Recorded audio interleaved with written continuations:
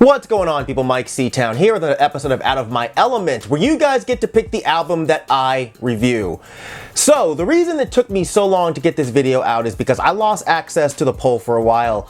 I couldn't get into my account on the website, and I didn't want to start a whole new poll all over again since you guys had already made the suggestions, you'd already voted on them, and I couldn't remember who the winner was.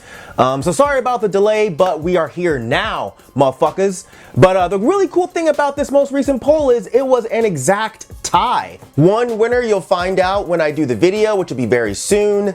The other winner being the album 1000 Gecs by the group 100 Gecs.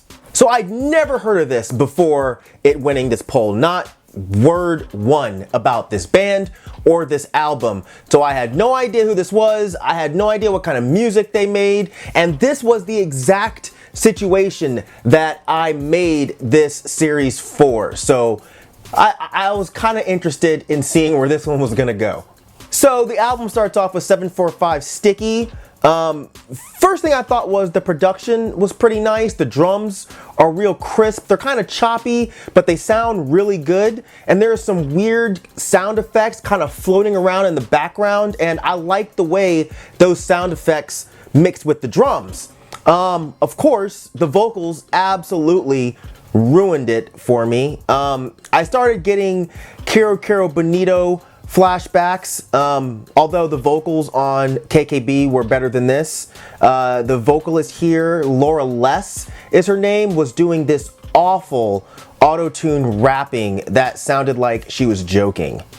And the lyrics were just awful. I make my own money, yeah. Wake up 5 in the morning, yeah. Throwing money in the oven, yeah. Fuck Sleep and his cousin, yeah. And the outro for the song was just really goofy to me. It turned into this weird kind of dubstep thing that was mixing in all kinds of weird random ass sounds. Yeah, it didn't work for me, and I was really hoping the rest of the album wasn't gonna be like this. The next song, Money Machine, is actually way worse. The beat is less interesting. On this one, it sounds like a fairly typical kind of trendy hip hop style beat, like something you'd find some really bad rapper on SoundCloud rapping over. And it was lacking the interesting quirks that the first song had. All the quirks here came from the vocals instead of the instrumental. And here she's rapping again, but super duper off beat. And this time the auto-tune sounds even worse, like it's distorting her voice far beyond comprehension. And when the other singer, whose name is Dylan Bradley, when he starts singing, it gets even worse, man. Like, he's at least more on beat than Laura, but the auto-tune on his voice sounds like ass. And the lyrics are fucking trite as well. Like, I'm not even gonna bother showing you an example because it doesn't matter. They're just dumb. I'm gonna skip ahead to Stupid Horse. It's like someone made a Casio keyboard version of a ska song. And I already hate ska as a general rule, so this take on ska was pretty fucking terrible. I suppose it's supposed to be kind of funny, but it got no giggles from me. And that terrible Sum 41 sounding bridge part, I don't know, I thought that was kind of funny. I don't know if they meant it to be funny though.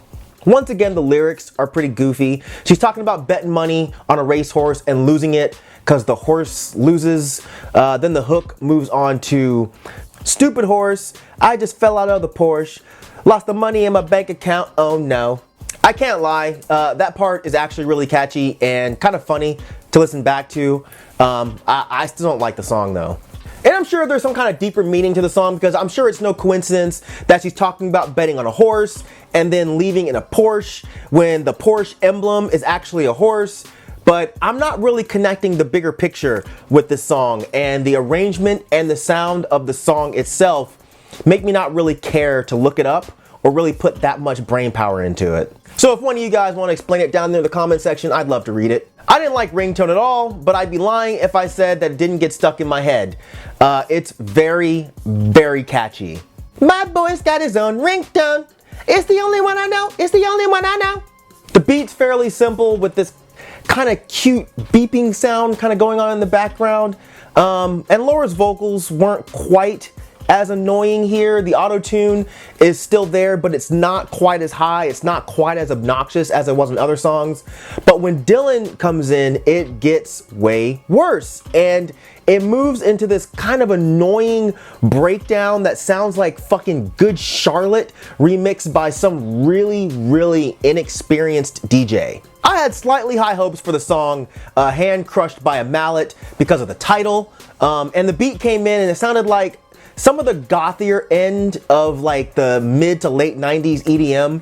Like it sounded like it was on some V&V Nation type shit. But the vocals came in and they ruined it. It's Dylan singing, and again, his voice is so bad. I was trying to find a way to kill time. His voice is really fucking bad. And I'm almost curious to see what it would sound like without the auto-tune, because with it, it's horrendous. When Laura comes in, it actually gets a little bit better, but it's still bad. Look, overall, I obviously didn't like this. To me, it just kind of sounded like Tattoo. Remember them? Yeah, it sounded like Tattoo, but less catchy. It came off very gimmicky to me.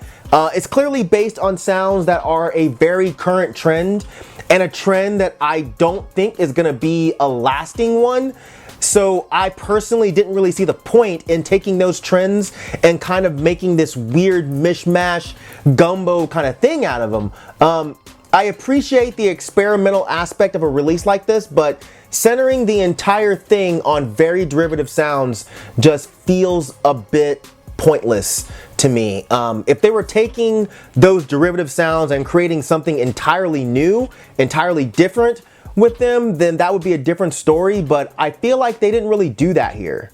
The end product to me sounds a bit too close and a bit too faithful to the source material that it almost blends in with it, and the parts that do stray just end up coming off weird for weird's sake with no real purpose. I'm not saying that this has to sound like Death Grips in order to come off as weird and be taken seriously. In fact, I'm saying the opposite of that. You know, I think this could have worked better, in my opinion, if they either went further in one direction or they just pulled back. Meaning, if this was supposed to be some sort of take on the breaking down and reanalyzing of pop music tropes, then it could have been a little bit more clear. You know, pushing the genre to its absolute limits would have worked, or keep it within the confines of the genre itself, but make the messaging a bit more comprehensive. But to me, this comes off as far less critical and far more mockery. Now, if this was just meant to be some kind of fun and silly listen, that's great. You know, I hope they're having a whole lot of fun with it, and I hope the listeners of this album are having just as much fun going on this ride with 1000 Gecs. But I know how the internet is, and I assume the reason this was suggested to me is because a lot of people are gleaning a much deeper meaning from this, and I'm just saying, if that's the case, I absolutely just don't see it.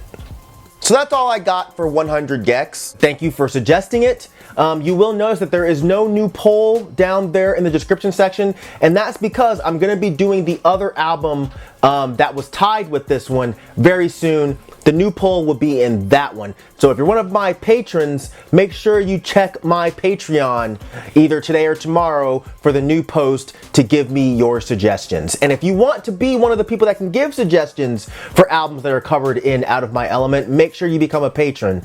You can do it for just $1, motherfuckers, just $1. So yeah, as usual, thank you for living, thank you for loving, thank you for being you, and I'll see you guys next time.